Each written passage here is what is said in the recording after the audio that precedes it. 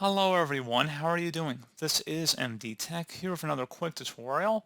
In today's tutorial, I'm going to show you guys how to resolve if files and folders have suddenly disappeared on your Windows 10 or Windows 11 computer.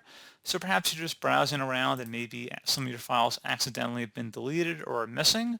In today's tutorial, I'm going to show you guys how to hopefully resolve it without too much of a hassle. And we're going to go ahead and jump straight into it. First thing I recommend doing would be to take a look in the recycling bin, and you can sort in the columns by the name of the file as well as date deleted and the size as well as the date modified. And you're welcome to go ahead and actually search the recycling bin as well, and you can restore files just by right-clicking on it and then restoring it.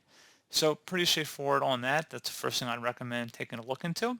Something else, if you're looking underneath perhaps Windows or File Explorer and you're noticing files or folders aren't visible, you may want to consider opening up File Explorer and then selecting the three-dotted icon up at the top right to see more, and then selecting Options. Select the View tab, and underneath Hidden Files and Folders, select Show Hidden Files, Folders, and Drives, and select Apply and OK. And you may see hidden folders or files that weren't visible now apparently are. So that's something else I recommend taking a look at.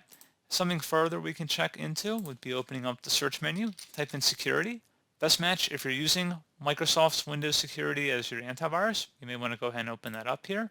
And if you're using another third-party antivirus, I'd recommend checking that one as well. And you want to open up the quarantine section. So every antivirus is going to be a little different here.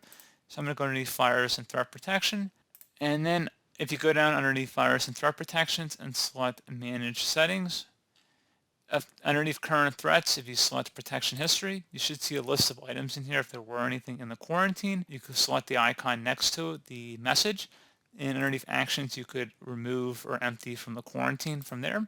So that's certainly a possibility as well. So just wanted to cover a few different possible workarounds or solutions for you, and hopefully I was able to help resolve your problem. And as always, thank you for watching. Do hope I was able to help you out, and I do look forward to catching you all in the next tutorial. Goodbye.